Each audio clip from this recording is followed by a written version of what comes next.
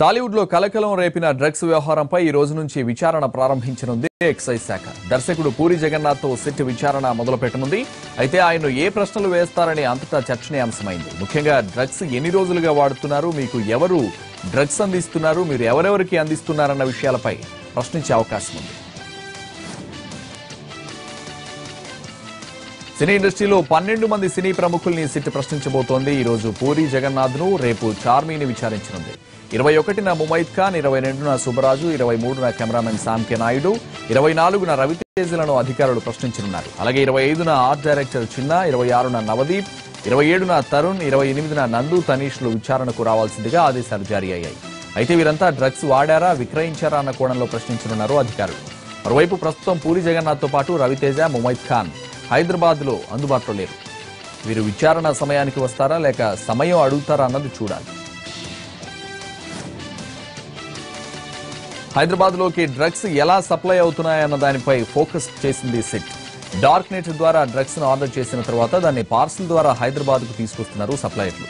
India post తో పాటు blue dart couriers ద్వారా ఇక్కడికి డ్రగ్స్ వస్తున్నట్లుగా అధికారులు గుర్తించారు. ప్రధానంగా పోస్టల్ సర్వీస్ కు చెందిన ఇండియా పోస్ట్ ద్వారా పార్సల్ వస్తుందని తెలుసుకున్న అధికారులు excise enforcement director Akun Sabharwal తో చర్చించారు. దీంతో విదేశాల నుంచి పార్సల్స్ పై నిఘా ఉంచాలని ఆదేశించారు. డార్క్ నెట్ ద్వారా నెదర్లాండ్స్, జర్మన్, అమెరికా, నైజీరియా దేశాల నుంచి పెద్ద మొత్తంలో పార్సిల్స్ వస్తున్నాయి. దేశంలోకి వచ్చే ప్రతి పార్సిల్ ను కస్టమ్స్ తో పాటు డిఆర్ఐ కూడా చెక్ చేయాల్సి ఉంటుంది. అందులో ఏమైనా అనుమానాస్పద వస్తువులు ఉంటే సదరు పార్సిల్ తీసుకోబోయే వ్యక్తిని ప్రాసిక్యూట్ చేయాలి. అయితే వ్యవస్థలో లోపాల కారణంగా డ్రగ్స్ పార్సిల్స్ సిటీలోకి పెద్ద మొత్తంలో వస్తున్నాయి. ఈ వ్యవహారాలన్నింటిపైనే దృష్టి పెట్టారు అధికారులు.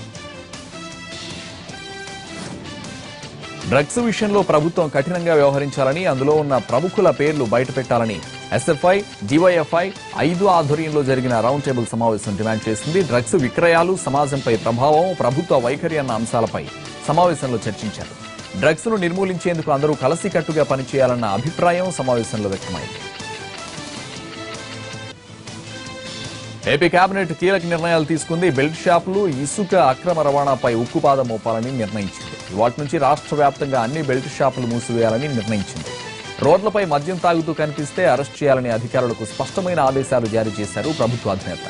ఇసుక అక్రమ రవాణా అడ్డుకట్టకు జిల్లా స్థాయిలో కలెక్టర్, ఎస్పీ, గనుల శాఖ అధికారులతో కమిటీ వేయాలని నిర్ణయించింది ఏపీ కేబినెట్. అలాగే ఇసుక రవాణాకు కిలోమీటర్కు ఒకే రకమైన ధర ఖరారు చేయాలని నిర్ణయించారు. రాష్ట్రంలో ఏపీ స్టేట్ వాటర్ కార్పొరేషన్ ఏర్పాటుకు ఆమోదించింది కేబినెట్. మంజునాథ కమిషన్ నివేదికను సాధ్యమైనంత త్వరగా అందించాలని మంత్రివర్గం కోరింది. ఇక కిడ్నీ వ్యాధులతో బాధపడుతూ పేదరికంతో ఇబ్బందులు పడుతున్న వారికి నెలకు 2,500 రూపాయల చొప్పున పింఛన్ ఇవ్వాలని నిర్ణయించింది. ఉద్దానం ప్రాంతంలో 7 ఆర్ఓ ప్లాంట్లను సెప్టెంబర్ నెలాఖరుకు పూర్తి చేయాలని సీఎం ఆదేశించారు. గవర్నర్ కోటాలో 2 నెలల నుంచి ఖాళీగా ఉన్న ఎమ్మెల్సీ స్థానాల నియామకానికి సంబంధించి కూడా సమావేశంలో చర్చ జరిగింది. రామసుబ్బారెడ్డి, ఫరూక్ ఎమ్మెల్సీ ఇచ్చేందుకు ఇప్పటికే సూత్రప్రాయంగా నిర్ణయం తీసుకున్నారు.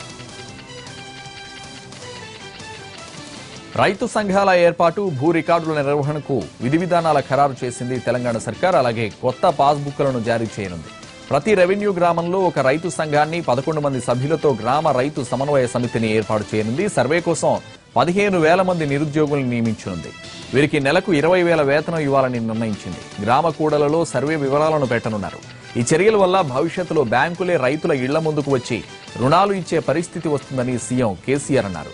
రుణమాఫీ, 1 కోటి ఎకరాలకు నీళ్లు, ఎకరానికి 8,000 రూపాయల పెట్టుబడి ఇవన్నీ ఇందులో భాగమేనన్నారు. నిజాంపేట నుంచి వెళ్లిపోయి ముంబై చేరుకున్న బాలిక అక్కడ ఆశ్రమం నుండి హైదరాబాద్ చేరుకుంది. ఆ బాలికను కాచిగూడ నింబోలి అడ్డాలోని ప్రత్యేక బాలికల వసతి గృహానికి తరలించారు. ఇవాళ చైల్డ్ వెల్ఫేర్ కమిటీ ముందు హాజరుపరిచి స్టేట్మెంట్ ను రికార్డు చేస్తారు. ఆ తర్వాత జువైనల్ కోర్టులో హాజరుపరుస్తారు. తన తల్లిదండ్రులను సంవత్సరం పాటు కలవనన్న బాలిక వారితో ఫోన్లో మాట్లాడింది. తల్లిదండ్రులు మాత్రం తమ కూతురు తమ వద్దకు వస్తుందనే ఆశతో ఉన్నారు. దీంతో కోర్టు తీర్పు కోసం ఉత్కంఠగా ఎదురు చూస్తున్నారు పేరెంట్స్.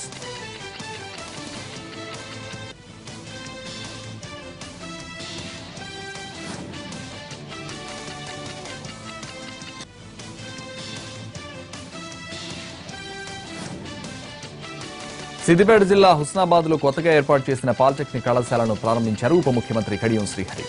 వచ్చే ఏడాది నాటికి మహిళా గురుకుల డిగ్రీ కళాశాల మంజూరు చేసేందుకు కృషి చేస్తున్నామన్నారు కడియం.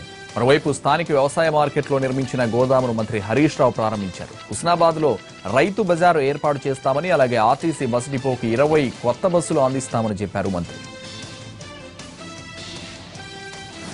బంగాళాఖాతంలో ఏర్పడిన అల్పపీడన వాయుగుండంగా మారడంతో తెలుగు రాష్ట్రాల్లో భారీ వర్షాలు కురుస్తున్నాయి. 2 రోజులుగా కురుస్తున్న వర్షాలతో వంశధార, నాగావళి నదులకు వరద ఉధృతి కొనసాగుతోంది. నదీ పరివాహక ప్రాంతాల్లో వరద ముప్పు పొంచి ఉండడంతో ఎన్డీఆర్ఎఫ్ సిబ్బంది అప్రమత్తమయ్యారు.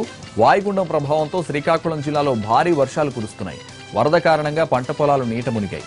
ఒడిశాలోని నదీ తీర ప్రాంతాలైన కట్రగడ, గుమ్మడ, గుడారి, మోహన్లలో వర్షాలు కురుస్తుండడంతో వంశధారలో నీటి మట్టం పెరుగుతోంది. మరో 2 రోజులు ఇలాగే వర్షాలు కురిస్తే పరిస్థితి ఏంటా అని భయపడుతున్నారు సికోలు ప్రజలు. ఒడిశాను ముంచెత్తిన భారీ వర్షాలు సికోలు రైతును కుదేలు చేశాయి. నైరుతి రుతుపవనాలు సకాలంలో రావడంతో వరి నాట్లు వేసిన రైతులు ఇప్పుడు వరుణుడి ప్రభావంతో లబోదిబోమంటున్నాడు. వరితో పాటు చెరకు, మిరప పంటలు నీట మునిగి రైతులకు భారీ నష్టాన్ని మిగిల్చాయి. ఓవైపు వరద ముప్పు తప్పిందని సంతోషించేలోపే వరి నాట్లు పోయాయని తెలిసి బాధపడుతున్నాడు. అల్పపీడన ప్రభావంతో తూర్పుగోదావరి జిల్లాలోని పలు ప్రాంతాల్లో ఎడతెరిపి లేకుండా వర్షాలు పడుతున్నాయి. పరివాహక ప్రాంతంలో విస్తృతంగా వర్షాలు పడుతుండడంతో గోదావరి ఉధృతంగా ప్రవహిస్తోంది. జిల్లాలోని మైదాన ప్రాంతాల కంటే ఏజెన్సీలో భారీ వర్షాలు నమోదవుతున్నాయి. దాంతో వాగులు, వంకలు ఉప్పొంగి ప్రవహిస్తున్నాయి. అకస్మాత్తుగా పెరిగిన వరద ఉధృతితో గిరిజన గ్రామాల్లో భయాందోళనలు నెలకొన్నాయి.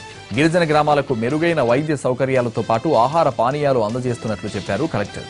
గిరిజనులకు రాత్రి సమయాల్లో బయటకు రావద్దని, అలాగే వాగులు దాటవద్దని సూచించారు. మహబూబాబాద్ జిల్లాలో వర్షాలు దంచికొడుతున్నాయి. గత 3 రోజులుగా కురుస్తున్న భారీ వర్షాలకు వాగులు, వంకలు ఉప్పొంగి ప్రవహిస్తున్నాయి. మరోవైపు చెరువులు, రిజర్వాయర్లలోకి భారీగా నీరు చేరుతోంది. ముందస్తు చర్యల్లో భాగంగా లోతట్టు ప్రాంతాల్లో ప్రజలను అప్రమత్తం చేసింది జిల్లా యంత్రాంగం. ఇక కేసముద్రం, వయ్యారం పెద్ద చెరువు, మున్నేరుపాకాల సరస్సులు జలకళ సంతరించుకున్నాయి. వర్షాలతో పలు గ్రామాలకు రాకపోకలు నిలిచిపోగా విద్యుత్కు తీవ్ర అంతరాయం ఏర్పడింది. పెద్దపల్లి జిల్లా ప్రభుత్వ ఆసుపత్రి ఘటన మరవక ముందే రాజన్న సిరిసిల్ల జిల్లా ప్రభుత్వ ఆసుపత్రిలో మళ్లీ నిర్లక్ష్యం జరిగింది. డ్యూటీ నర్సులు లేకపోవడంతో స్వీపర్లే వైద్యం చేసేస్తున్నారు. అనారోగ్యంతో వచ్చిన రోగులకు సిరిసిల్ల జిల్లా ప్రభుత్వ ఆసుపత్రిలో ఓ స్వీపర్ సెలైన్ బాటిల్ ఎక్కించడంతో పాటు ఇంజెక్షన్ కూడా చేస్తోంది. ఈ దృశ్యాలు చూసిన స్థానికులు అధికారుల నిర్లక్ష్యంపై మండిపడుతున్నారు. మంత్రి కేటీఆర్ ఇలాకాలోనే ఇలా జరగడం ప్రభుత్వ పనితీరుకు అద్దం పడుతోందన్న ఆరోపణలు వినిపిస్తున్నాయి. రైతుల సంక్షేమం కోసమే పనిచేస్తున్నామని చెప్పుకుంటున్న ప్రభుత్వం వారికి నష్టం జరుగుతుంటే ఎందుకు నిర్లక్ష్యం వహిస్తోందని ప్రశ్నించారు టీజేఏసీ చైర్మన్ కోదండరాం. సంగారెడ్డి జిల్లా కంది మండలంలోని రైతుల పొలాల్లో నుంచి విద్యుత్ హైటెన్షన్ వైర్లు వెళ్లడంతో వారు తీవ్రంగా నష్టపోతున్నారని ఆవేదన వ్యక్తం చేశారు. సంగారెడ్డిలోని రైతు సంఘం కార్యాలయంలో రైతులకు జరిగిన నష్టం గురించి అడిగి తెలుసుకున్నారు కోదండరాం. నష్టపరిహారం చెల్లించకుండా పనులు చేస్తున్న కాంట్రాక్టర్లపై వెంటనే చర్యలు తీసుకోవాలని, లేకుంటే కోర్టును ఆశ్రయిస్తామని హెచ్చరించారు. జనావాసాల మధ్య ఉన్న వైన్ షాపులు తొలగించాలని డిమాండ్ చేస్తూ విశాఖ కంచరపాలెంలో మహిళలు ఆందోళనకు దిగారు. కంచుమాంబ ఆలయానికి ఎదురుగా ఉన్న మద్యం షాపు వల్ల తాము తీవ్ర ఇబ్బందులకు గురవుతున్నామని స్థానికులు ఆగ్రహం వ్యక్తం చేస్తున్నారు. ప్రస్తుతం ఉన్న వైన్ షాపును బార్గా మారుస్తుండడంపై ఆగ్రహం వ్యక్తం చేశారు. పీకల దాకా మద్యం తాగి కొంతమంది వ్యక్తులు మహిళల పట్ల అసభ్యంగా ప్రవర్తిస్తున్నారు.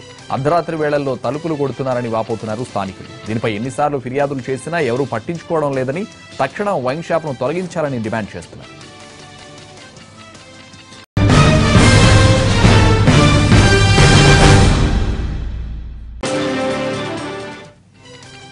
న్యూస్ కడప నగరంలో విషాదం జరిగింది. బాల వికాస్ స్కూల్లో 9వ తరగతి చదువుతున్న ప్రశాంతి అనే బాలిక కబడ్డీ ఆడుతూ కింద పడింది. అయితే విషయాన్ని తల్లిదండ్రులకు చెప్పకపోవడంతో పాటు ఆసుపత్రికి తరలించడంలో స్కూల్ యాజమాన్యం తీవ్ర నిర్లక్ష్యం వహించింది. దాంతో ప్రశాంతి స్కూల్లోనే చనిపోయింది. ఇతర పిల్లల ద్వారా సమాచారం అందుకున్న తల్లిదండ్రులు స్కూల్కు చేరుకుని కన్నీరు మున్నీరుగా విలపించారు. విషయం తెలుసుకున్న విద్యార్థి సంఘాల నాయకులు స్కూల్ వైఖరికి నిరసనగా ఆందోళనకు దిగారు. బాలిక తల్లిదండ్రుల ఫిర్యాదు మేరకు కేసు నమోదు చేశారు స్థానిక పోలీసులు. సికింద్రాబాద్లోని చిలకలగూడ చౌరస్తాలో మారుతి వ్యాన్లో ఉన్నట్టుండి మంటలు వ్యాపించాయి. కారు డ్రైవర్ వెంటనే అప్రమత్తమై కిందకి దిగిపోవడంతో ప్రాణాపాయం తప్పింది. ఇంజిన్ భాగంలో మొదలైన మంటలు వ్యాన్ మొత్తం వ్యాపించాయి. దీంతో వ్యాన్ మొత్తం దగ్ధమైంది. హఠాత్తుగా జరిగిన ఈ ఘటనతో వాహనదారులు ఆందోళనకు గురయ్యారు. కారు డ్రైవర్ సికింద్రాబాద్ నుండి ముషీరాబాద్ వైపు వెళుతుండగా ఈ ప్రమాదం జరిగింది. కారులో మంటలు రేగడానికి గల కారణాలపై ఆరా తీస్తున్నారు పోలీసులు.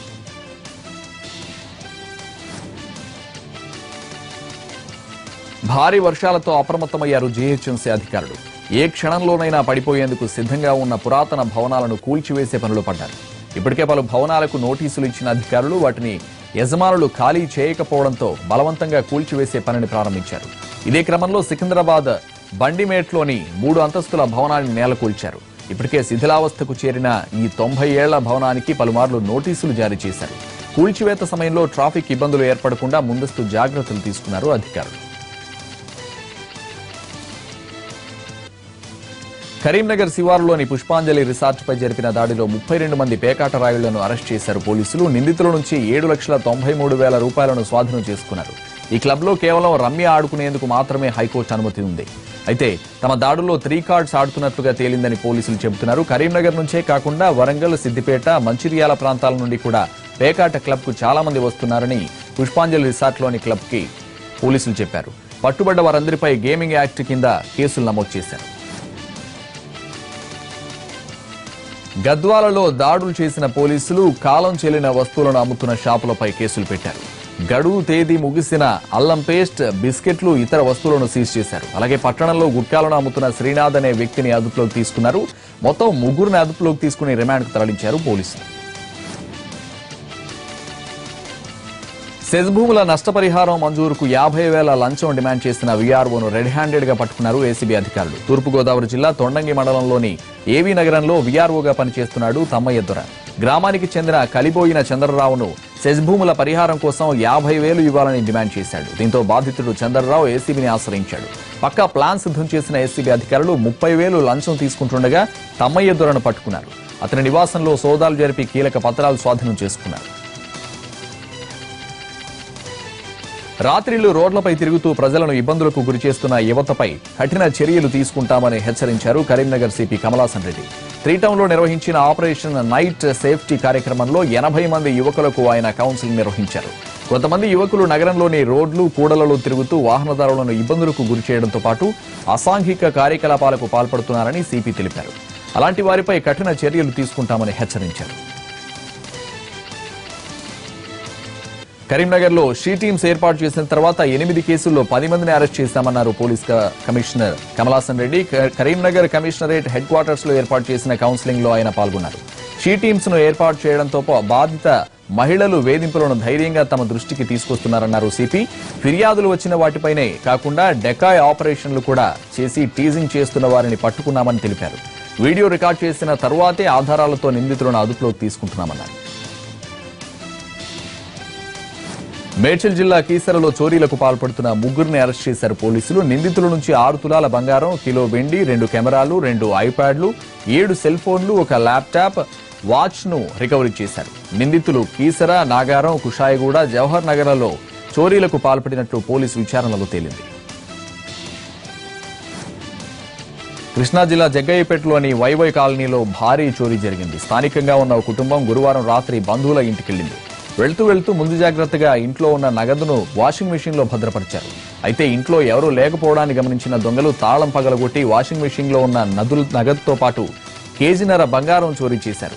స్థానికుల ద్వారా విషయం తెలుసుకున్న ఇంటి యజమానులు పోలీసులను ఫిర్యాదు చేశారు. శ్రీకాకుళం జిల్లా టెక్కలి మండలం ఎన్టీఆర్ కాలనీలో వివాహిత ఫ్యాన్ కురేసుకుని పన్ను చాలించింది. టెక్కలి విశ్వనాథపురానికి చెందిన పొలాని సుశీలకు ఎన్టీఆర్ కాలనీకి చెందిన దోమాన శ్రీనివాస్తో 2015లో వివాహం జరిగింది. అయితే వీరిద్దరికీ ఇది 2వ వివాహం. శ్రీనివాస్ మొదటి భార్య కూతురికి సుశీలకు మధ్య తరచూ గొడవలు జరుగుతున్నాయి. సుశీలకి కూతురు పుట్టినప్పటి నుండి అవి మరింత తీవ్రమయ్యాయి. దీంతో మనస్తాపానికి గురైన సుశీల ఇంట్లో ఎవరూ లేని సమయంలో ఫ్యాన్ కురేసుకుని చనిపోయింది. తన చావుకు కారణం తన భర్త కూతురే అని సూసైడ్ నోట్ రాసింది. సుశీలను భర్త, మొదటి భార్య కుమార్తె కలిసి చంపేశారని ఆరోపిస్తున్నారు మృతురాలి తల్లిదండ్రులు. సిద్దిపేట జిల్లా అక్కన్నపేట మండలం మల్ చిరుత్వాల్ తండాలో భార్యను దారుణంగా హతమార్చాడు కసాయి భర్త. మల్ చిరుత్వ తండాకు చెందిన రఘు, గోదావరి ఖనికి చెందిన రోజీ 4 నెలల క్రితం పెళ్లి చేసుకున్నారు. కరీంనగర్లో కాపురం పెట్టిన దంపతులు మధ్య పెళ్లైన కొన్ని రోజులకే వివాదం తలెత్తింది. 3 రోజుల క్రితం పెద్ద మనుషుల సమక్షంలో పంచాయతీ జరిగింది. ఇరువురికి నచ్చజెప్పి కాపురానికి పంపించారు పెద్దలు. అయితే మంగళవారం మరోసారి దంపతుల మధ్య గొడవ జరిగింది. ఆవేశంలో రఘు తన భార్యను గొడ్డలితో నరిగి చంపేశాడు. తండావాసుల ఫిర్యాదుతో పరారీలో ఉన్న నిందితుడి కోసం గాలిస్తున్నారు పోలీసులు. విశాఖలో దుండగులు చేతిలో తీవ్రంగా గాయపడ్డ విక్రమ్ దమీజా మృతి చెందాడు. బీచ్ రోడ్లోని సీ సర్ఫేస్ అపార్ట్మెంట్లో ఉంటున్న విక్రమ్ దమీజా ఇంట్లోకి చొరబడ్డ ఆగంతకులు కత్తులతో దాడి చేశారు. ఈ దాడిలో దమీజా, అతని భార్య జ్యోతి, డ్రైవర్ జనార్దన్లకు కత్తిపోట్ల గాయాలయ్యాయి.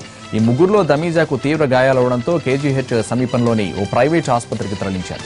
ఛాతీ దగ్గర నుంచి ఉదర భాగం వరకు గాయాలవడంతో తీవ్రమైన రక్తస్రావమైంది. దీంతో వైద్యులు దమీజా ప్రాణాలు కాపాడలేకపోయారు.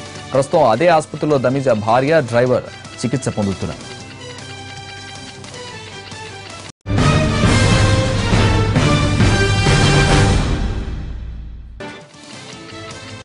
Back to news. పార్లమెంట్ వర్షాకాల సమావేశాల్లో నిన్న రాజ్యసభలో ప్రభుత్వానికి వ్యతిరేకంగా విపక్షాలు పెద్ద ఎత్తున నినాదాలు చేశాయి. కాంగ్రెస్ పార్టీ రైతుల అంశంపై తృణమూల్ కాంగ్రెస్ పార్టీ భారత్ చైనా ప్రతిష్టంభనపై వాయిదా తీర్మానాలు ఇవ్వగా బీఎస్పీ అధినేత్రి మాయావతి ఉత్తరప్రదేశ్ షహరాన్పూర్లో దళితులపై దాడి అంశాన్ని లేవనెత్తారు. ఆమె మాట్లాడుతుండగా సభాపతి అడ్డుకోవడంతో మాయావతి ఒకంత ఆగ్రహానికి లోనయ్యారు. మాట్లాడడానికి అవకాశం కల్పించకపోతే తక్షణమే రాజీనామా చేస్తారని ఆవేశపూరితంగా ప్రకటించి సభ నుంచి వాకౌట్ చేశారు. అయితే సభాపతిని అవమానించేలా మాయావతి ప్రవర్తించారని, ఇందుకుగాను ఆమె క్షమాపణలు చెప్పాలని అధికార బీజేపీ డిమాండ్ చేసింది. పరప్పన అగ్రహార కారాగారంలో శశికళ చక్రం తిప్పుతున్నారు. జైలు నిబంధనలు, కోర్టు ఆదేశాలు అన్నింటినీ ఆమె ఆఫర్ చేసిన కరెన్సీ కట్టల ముందు తాకట్టు పెట్టారు అధికారులు. దీంతో శశికళ జైల్లో రాణివాసం అనుభవిస్తోంది. జైల్లో అక్రమాలకు సంబంధించి ఐజీ రూపా మద్గల్ చేసిన ఆరోపణలు నిజమే అని తెలుస్తోంది. జైల్లో శశికళకు సకల సౌకర్యాలు కల్పించినట్లు ఫోటోలు బయటపడ్డాయి. ఇప్పుడు జైల్లో ఆమె ఎంత ఫ్రీగా తిరుగుతున్నారో దృశ్యాలు బయటకొచ్చాయి. ఎంచక్కా తన గదుల సమీపంలో ఆమె తిరిగేస్తున్నారు. ఆమెను ఎవరూ ఆపలేదు. చేతిలో ఓ బ్యాగ్తో ఆమె కనిపిస్తున్న దృశ్యాలు హల్చల్ చేస్తున్నాయి. బెంగళూరు నగర శివార్లలోని పరప్పన అగ్రహార సెంట్రల్ జైల్లో శశికళ లగ్జరీ లైఫ్ గడుపుతున్నారు. జైల్లోని బ్యారక్లో ఆమెకు 4 వరుస సెల్స్ కేటాయించారు. అంటే ఒక ఖైదీకి 4 గదులు ఇచ్చేశారట. ఒక సెల్ ను కిచెన్ గా వాడుతున్నారు శశికళ. మరో సెల్లో దుస్తులు, ఇతర వస్తువులు దాచుకోవడానికి ఉపయోగిస్తున్నారు. ఇక మరో సెల్లో విజిటర్స్ ను కలవడానికి కుర్చీలు, బెంచీలు ఉన్నాయి. మరో సెల్లో శశికళ నిద్రించడానికి వినియోగిస్తున్నారు. 3 మహిళా ఖైదీలను శశికళకు సేవలు చేసేందుకు నియమించారు. అసలు ఈ ఫోటోలు చూసిన వారు ఎవరైనా దీన్ని జైలు అనలేరు. తాను జైల్లో శిక్ష అనుభవిస్తున్నాను అని గుర్తుకు రాకుండా శశికళ ఇలా అన్ని ఏర్పాట్లు చేయించుకున్నారు.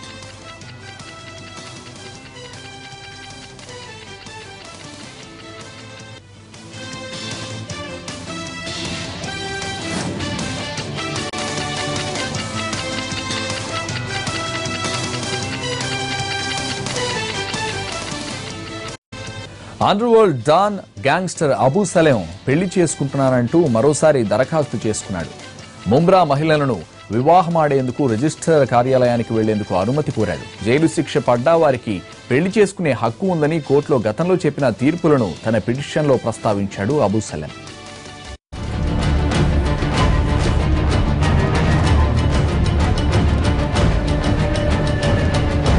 అబూ సలేం 1993 ముంబై పేలుళ్ల కేసు నిందితుడు.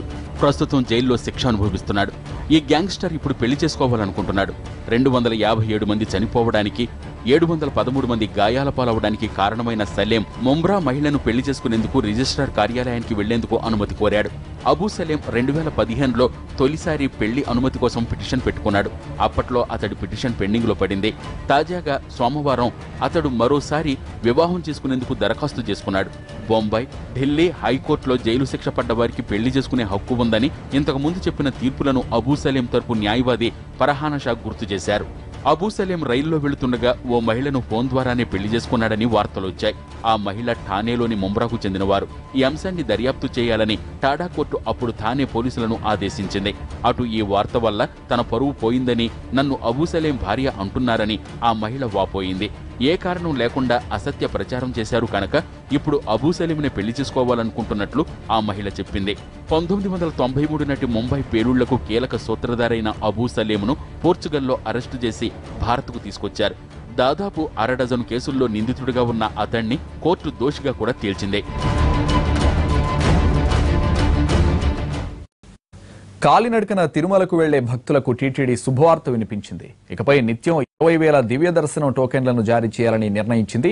అలిపిరి కాలినడకన మార్గంలో వచ్చే వారి కోసం 14,000, శ్రీవారి మెట్టు మార్గంలో వచ్చే భక్తుల కోసం 6,000 దివ్య దర్శనం టోకెన్లను జారీ చేస్తామని చెప్పారు టీటీడీ జేఈఓ శ్రీనివాసరాజు. వారాంతంలో వచ్చే కాలినడకన భక్తులకు టోకెన్లు జారీ చేయడాన్ని కొనసాగిస్తామని చెప్పారు. నడకదారిన వచ్చే భక్తులకు శ్రీవారి దర్శనం త్వరగా కలిగే విధంగా చర్యలు తీసుకుంటున్నామని వివరించారు.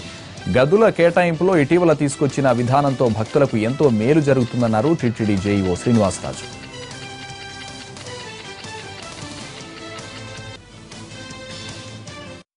గిరిజనుల ఆరాధ్యమైన శీతల భవానీమాత ఉత్సవాలు కరీంనగర్లో ఘనంగా జరిగాయి.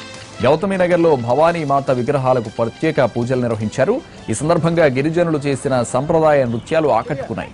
వర్షాలు కురిసి పంటలు బాగా పండాలని, అందరూ ఆరోగ్యంగా ఉండాలని కోరుతూ అమ్మవారికి ప్రత్యేక పూజలు చేశారు గిరిజనులు.